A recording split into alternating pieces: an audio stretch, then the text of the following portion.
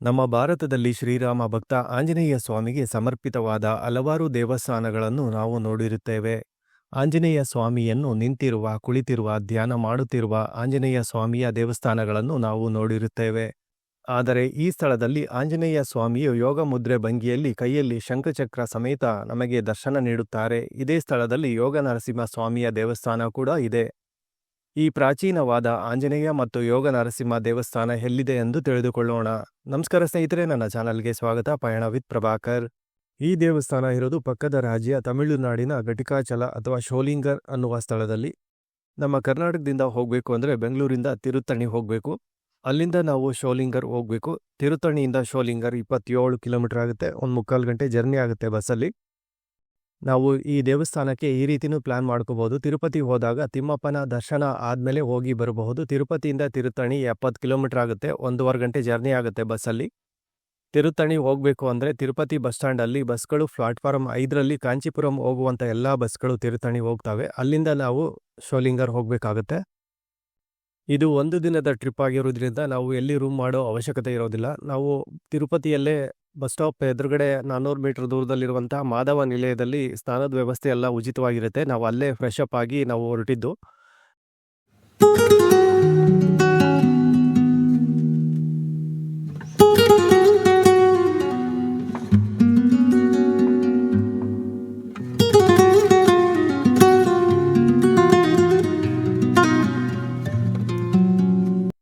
ತಿರುಪತಿಯಿಂದ ತಿರುತ್ತಣಿಗೆ ಒಬ್ಬರಿಗೆ 60 ರೂಪಾಯಿ bus charge ಆಗುತ್ತೆ.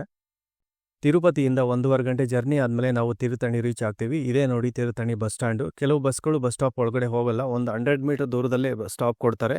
ಇಲ್ಲಿಂದ ನಾವು ಸ್ವಲ್ಪ ಮುಂದೆ ಹೋದರೆ ನಮಗೆ ಬಸ್ ಸ್ಟ್ಯಾಂಡ್ ಇದೆ. ಇಲ್ಲಿಂದ ನಾವು ಶೋಲಿಂಗರ್ ಹೋಗೋದಕ್ಕೆ ಬಸ್ಸು ಸಿಗುತ್ತೆ. ಇಲ್ಲಿ ಎಲ್ಲ ಸ್ಟಾಪ್ ನೇಮ್ ಬೋರ್ಡ್ಗಳು ತಮಿಳಲ್ಲೇ ಇರುತ್ತೆ. ನಮಗೆ ತಮಿಳು ಓದೋದಕ್ಕೆ ಬರೋಲ್ಲ. ಹಾಗಾಗಿ ನಾವು ಯಾರಿಗಾದ್ರೂ ಕೇಳಿದ್ರೆ ಹೇಳ್ತಾರೆ ಶೋಲಿಂಗರ್ ಯಾವ ಬಸ್ ಹೋಗುತ್ತೆ ಅಂತ ಹೇಳ್ಬಿಟ್ಟು.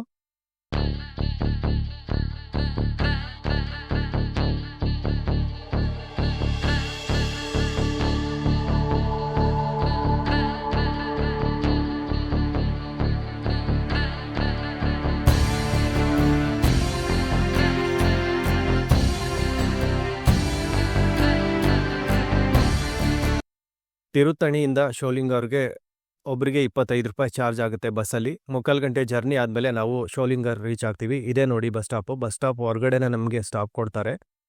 ಇಲ್ಲಿ ಆಟೋ ಸ್ಟ್ಯಾಂಡ್ ಇದೆ. ಆಟೋ ಸ್ಟ್ಯಾಂಡಲ್ಲಿ ನಮಗೆ ಸಾಕಷ್ಟು ಶೇರಿಂಗ್ ಆಟೋಗಳು ಸಿಗುತ್ತೆ. ಒಬ್ಬರಿಗೆ 30 ರೂಪಾಯಿ ಚಾರ್ಜ್ ಮಾಡ್ತಾರೆ ಯೋಗ ನರಸಿಂಹಸ್ವಾಮಿ ದೇವಸ್ಥಾನದ ಹತ್ರ ಹೋಗೋದಕ್ಕೆ. ನಾವು ಯೋಗ ನರಸಿಂಹಸ್ವಾಮಿ ದೇವಸ್ಥಾನದ ಹತ್ರ ಇಳ್ಕೊಂಡು ಅಲ್ಲಿಂದ ಸ್ವಲ್ಪ ಒಂದು ಅರ್ಧ ಕಿಲೋಮೀಟರ್ ನಡ್ಕೊಂಡು ಹೋದರೆ ನಮಗೆ ಯೋಗ ಆಂಜನೇಯ ಸ್ವಾಮಿ ದೇವಸ್ಥಾನ ಸಿಗುತ್ತೆ. ನಾರ್ಮಲ್ ಆಟೋದಲ್ಲಿ ನಾವು ಕೇಳಿದ್ರೆ ಒಬ್ಬರಿಗೆ 200ರಿಂದ 250 ರೂಪಾಯಿ 300 ರೂಪಾಯಿ ಚಾರ್ಜ್ ಮಾಡ್ತಾರೆ ದೇವಸ್ಥಾನದ ಹತ್ರ ಹೋಗೋದಕ್ಕೆ. ನಾವು ಶೇರಿಂಗ್ ಆಟೋದಲ್ಲಿ ಹೋಗೋದೇ ಬೆಟರು. ಈ ಸ್ಟಾಪಲ್ಲಿ ನಮಗೆ ಯೋಗ ನರಸಿಂಹಸ್ವಾಮಿ ದೇವಸ್ಥಾನದ ಹತ್ರ ನಮಗೆ ಸ್ಟಾಪ್ ಕೊಡ್ತಾರೆ. ಇಲ್ಲಿಂದ ನಾವು ಲೆಫ್ಟ್ ಸ್ವಲ್ಪ ಮುಂದೆ ಒಂದು ಅರ್ಧ ಕಿಲೋಮೀಟರ್ ದೂರದಲ್ಲಿ ನಮಗೆ ಯೋಗ ಆಂಜನೇಯ ದೇವಸ್ಥಾನ ಇದೆ. ಫಸ್ಟು ನಾವು ಯೋಗ ಆಂಜನೇಯ ಸ್ವಾಮಿ ದೇವರ ದರ್ಶನ ಮಾಡಿಕೊಂಡು ನೆಕ್ಸ್ಟು ನಾವು ಯೋಗ ನರಸಿಂಹಸ್ವಾಮಿ ದೇವರ ದರ್ಶನ ಮಾಡಬೇಕಾಗತ್ತೆ. ಇಲ್ಲಿ ಸಾಕಷ್ಟು ಅಂಗಡಿಗಳಿದೆ. ಇಲ್ಲಿ ನಾವು ಹಣ್ಣು ಕಾಯಿ ಬೇಕು ಅಂತ ಹೇಳಿದ್ರೆ ನಾವು ತಗೋಬೋದು. ನಾವು ಪೂಜೆಗೆ ತೊಗೊಂಡಿರುವಂಥ ವಸ್ತುಗಳನ್ನ ನಾವು ಬ್ಯಾಗಲ್ಲಿ ಇಟ್ಕೋಬೇಕಾಗುತ್ತೆ. ನಾವು ಕೈಯಲ್ಲಿ ಕವರ್ ಇಟ್ಕೊಂಡ್ವಿ ಅಂತ ಹೇಳಿದ್ರೆ ಇಲ್ಲಿ ವಾನರ ಸೈನ್ಯ ತುಂಬ ಇದೆ. ಯಾವಾಗ ಬಂದು ಕಿತ್ಕೊಂಡು ಹೋಗುತ್ತೆ ಅಂತ ಹೇಳೋಕ್ಕಾಗಲ್ಲ. ನಮ್ಮ ಹತ್ರ ಏನಾದರೂ ಲಗೇಜ್ ಇತ್ತು ಅಂತ ಹೇಳಿದ್ರೆ ಲಗೇಜ್ ಇಡೋದಕ್ಕೆ ಇಲ್ಲಿ ಲಾಕರ್ ಫೆಸಿಲಿಟಿ ಇಲ್ಲ. ನಾವು ಹಣ್ಣು ಕಾಯಿ ತೊಗೋತೀವಲ್ಲ ಅದೇ ಅಂಗಡಿಯಲ್ಲಿ ರಿಕ್ವೆಸ್ಟ್ ಮಾಡಿಕೊಂಡು ಅಲ್ಲೇ ಇಡ್ಬೋದು. ಹಾಗೆ ಅಂಗಡಿಲಿ ಚಿಕ್ಕ ಚಿಕ್ಕ ಕೋಲ್ಗಳು ಇಟ್ಕೊಂಡಿರ್ತಾರೆ. ಒಂದು ಕೈಯಲ್ಲಿ ಕೋಲ್ ಇಟ್ಕೋಬೇಕಾಗತ್ತೆ. ಯಾಕಂದರೆ ಇಲ್ಲಿ ಕೋತಿಗಳ ಕಾಟ ಜಾಸ್ತಿ ಇದೆ. ನಮ್ಮ ಕೈಯಲ್ಲಿ ಏನಾದರೂ ಕವರ್ ಇತ್ತು ಅಂತ ಹೇಳಿದ್ರೆ ಅದನ್ನು ಕಿತ್ಕೊಂಡು ಹೊರಟೋಗ್ತವೆ. ಜಾಸ್ತಿ ಕೋತಿಗಳ ಕಾಟ ಜಾಸ್ತಿ ಇದೆ ಇಲ್ಲಿ. ನಾವು ಸ್ವಲ್ಪ ಜಾಗೃತವಾಗಿ ನಾವು ನಮ್ಮ ಕೈಯಲ್ಲಿರುವ ಬ್ಯಾಗ್ ಆಗಲಿ ಕವರ್ ಆಗಲಿ ಜಾಗೃತವಾಗಿ ಇಟ್ಕೋಬೇಕಾಗತ್ತೆ.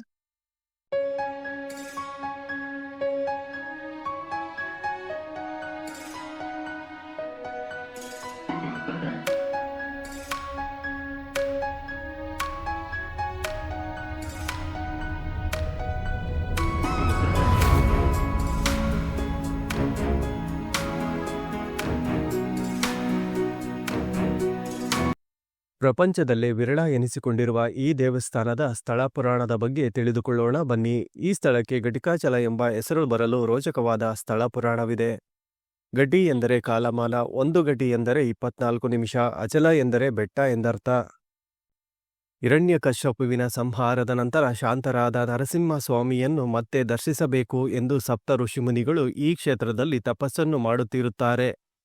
ಆಗ ಮಧುವನ ಬೋನರೆಂಬ ದೈತ್ಯ ರಕ್ಕಸರು ತೊಂದರೆ ನೀಡುತ್ತಿರುತ್ತಾರೆ. ಅದೇ ಸಮಯದಲ್ಲಿ ಪ್ರಭು ಶ್ರೀರಾಮಚಂದ್ರ ಸ್ವಾಮಿಯು ತಮ್ಮ ಅವತಾರವನ್ನು ಕೊನೆಗೊಳಿಸುವ ಸಮಯ ಒದಗಿ ಬಂದಿರುತ್ತದೆ.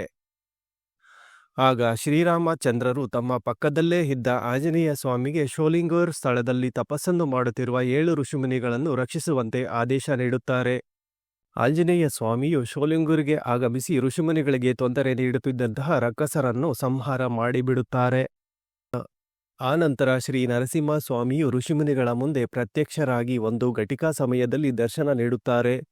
1 ಘಟಿಕಾ ಎಂದರೆ 24 ನಿಮಿಷ ಎಂದರ್ಥ. ಸ್ವಾಮಿಯು ಕೇವಲ 1 ಘಟಿಕಾ ಸಮಯದಲ್ಲಿ ದರ್ಶನ ನೀಡಿದ್ದರಿಂದ ಈ ಕ್ಷೇತ್ರಕ್ಕೆ ಘಟಿಕಾಚಲ ಎಂದು ಹೆಸರು ಬಂದಿದೆ. ಅಷ್ಟು ಮಾತ್ರವಲ್ಲದೆ ಈ ಸ್ಥಳದಲ್ಲಿ 45 ಗಂಟೆಗಳ ಕಾಲ ತಪಸ್ಸನ್ನು ಮಾಡಿದಂತಹ ವಿಶ್ವಾಮಿತ್ರ ಋಷಿಗಳಿಗೆ ಬ್ರಹ್ಮಶ್ರೀ ಪದವಿ ಪ್ರಾಪ್ತಿಯಾಯಿತಂತೆ.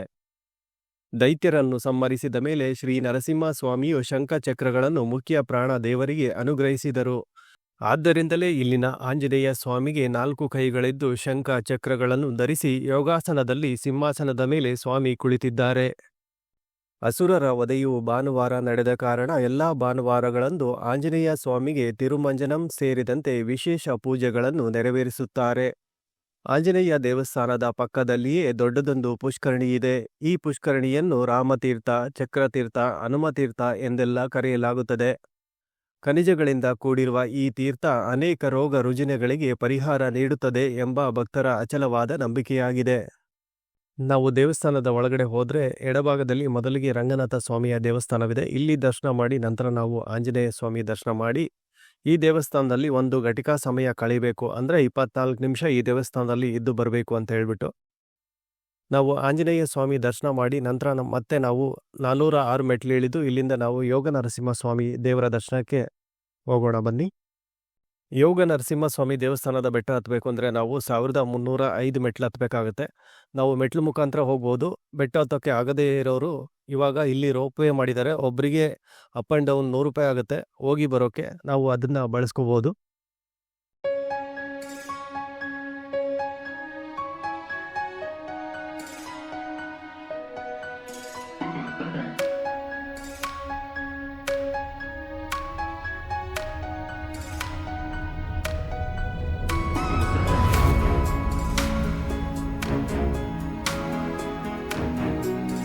ದೇವಸ್ಥಾನದ ಹತ್ರ ಬಂದರೆ ಎಡಗಡೆಗೆ ಚಿಕ್ಕದಾಗಿ ಒಂದು ಚಿಕ್ಕ ಗುಡಿ ಇದೆ. ಇದು ಪ್ರಹ್ಲಾದ ಸ್ವಾಮಿಯ ಗುಡಿ. ಇಲ್ಲಿ ದರ್ಶನ ಮಾಡಿಕೊಂಡು ನಾವು ಬೆಟ್ಟ ಹತ್ತೋದಕ್ಕೆ ಶುರು ಮಾಡೋಣ ಬನ್ನಿ.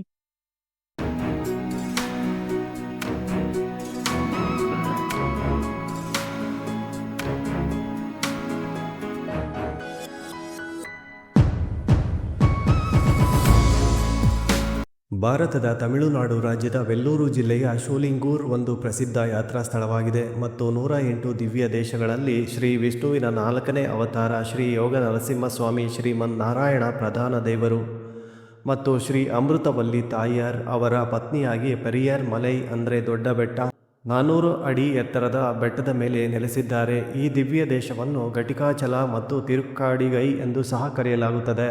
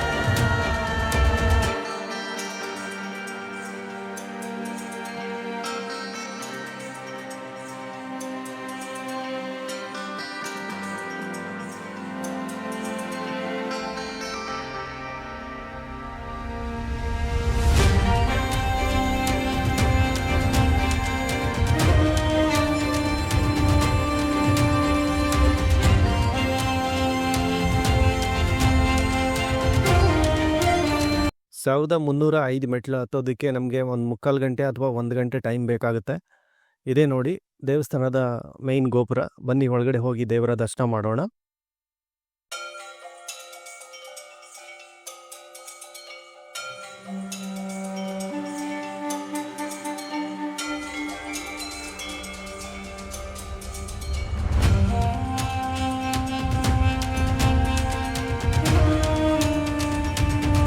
ನಾವಿಲ್ಲಿ ಪ್ರಸಾದ ತಗೋತೀವಲ್ಲ, ಅಲ್ಲಿ ಖಾಲಿ ಬಾಟ್ಲಿ ಇಟ್ಕೊಂಡಿರ್ತಾರೆ. ಅದು ಯಾಕೆ ಅಂತ ಹೇಳಿದ್ರೆ ಅಲ್ಲಿ ದೇವಸ್ಥಾನದಲ್ಲಿ ತೀರ್ಥ ಕೊಡ್ತಾರೆ. ಆ ತೀರ್ಥನ ನಾವು ಮನೆಗೆ ತರ್ಬೋದು. ಅದಕ್ಕೋಸ್ಕರ ಅಲ್ಲಿ ಬಾಟ್ಲಿ ಇಟ್ಕೊಂಡಿರ್ತಾರೆ. ಒಂದು ಬಾಟ್ಲಿಗೆ 10 ರೂಪಾಯಿ ಆಗುತ್ತೆ. ನಾವೊಂದು 10-20 ರೂಪಾಯಿ ನಾವು ಪೂಜಾರಿಗಳಿಗೆ ಕೊಟ್ಟರೆ ಅವರು ಅದ್ರ ತುಂಬ ತೀರ್ಥ ಒಯ್ದು ಕೊಡ್ತಾರೆ. ನಾವು ಮನೆಗೆ ತಂದು ಯೂಸ್ ಮಾಡ್ಕೋಬೋದು ಅದನ್ನು.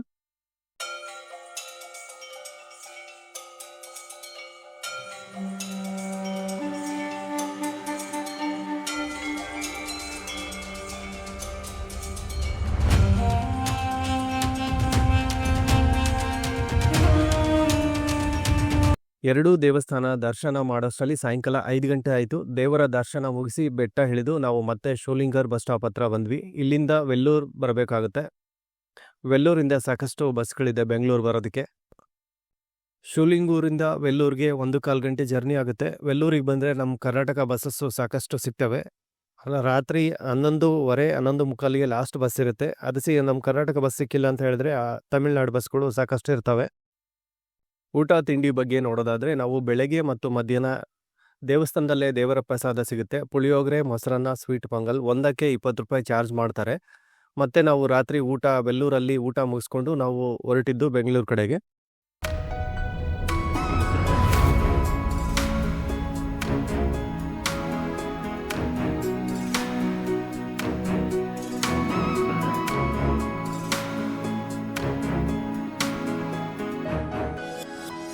ಸ್ನೇಹಿತರೆ, ಈ ವಿಡಿಯೋದಲ್ಲಿರುವಂಥ ಎಲ್ಲ ಮಾಹಿತಿಗಳು ನಿಮಗೆ ಇಷ್ಟವಾದಲ್ಲಿ ದಯವಿಟ್ಟು ನಮ್ಮ ಚಾನಲನ್ನು ಸಬ್ಸ್ಕ್ರೈಬ್ ಮಾಡಿ, ಹಾಗೆ ಬೆಲ್ ಬಟನ್ ಒತ್ತಿ ಮತ್ತು ಫ್ಯಾಮಿಲಿ ಫ್ರೆಂಡ್ ಜೊತೆ ಶೇರ್ ಮಾಡಲು ಮರೆಯದಿರಿ. ಧನ್ಯವಾದಗಳು.